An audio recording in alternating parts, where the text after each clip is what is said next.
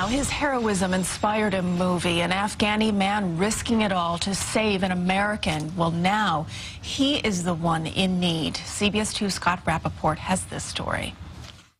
At first glance, his name and face seem unrecognizable, unremarkable. But Mohamed Gulab, a simple Afghani villager, is as brave a hero as there is.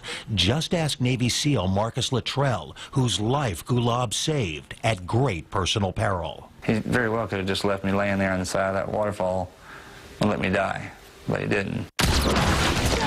The remarkable story was depicted in the movie Lone Survivor and told on 60 Minutes. The true tale of 4 Navy SEALs trapped in an extraordinarily hellish firefight in the mountains of northeastern Afghanistan in 2005. 3 of the SEALs were killed, Marcus Luttrell the only survivor. Though shot twice with several cracked vertebrae and shrapnel wounds in his leg.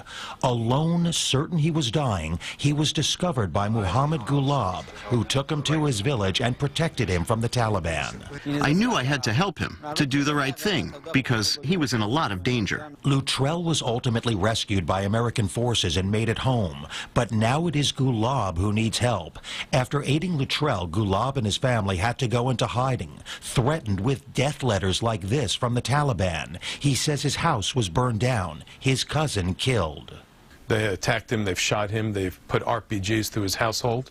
He's been living in hiding and never in the same place in the same evening. Immigration attorney Michael Wild says he's working pro bono to bring Gulab and his family to safety in the United States, to grant him asylum here. He says so far he's been able to help extract Gulab and some family members from Afghanistan to a neutral, undisclosed country. He won't say where. He does say it happened last Saturday.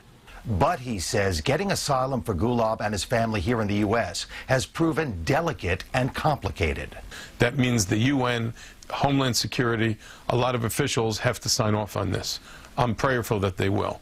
Wild says ultimately the Department of Homeland Security will make the call. Ironically, Gulab has been here before, occasionally visiting Marcus Luttrell on his Texas ranch as recently as a few years ago.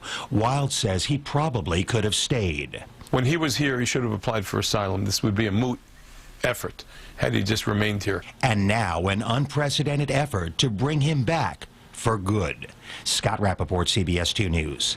Well, we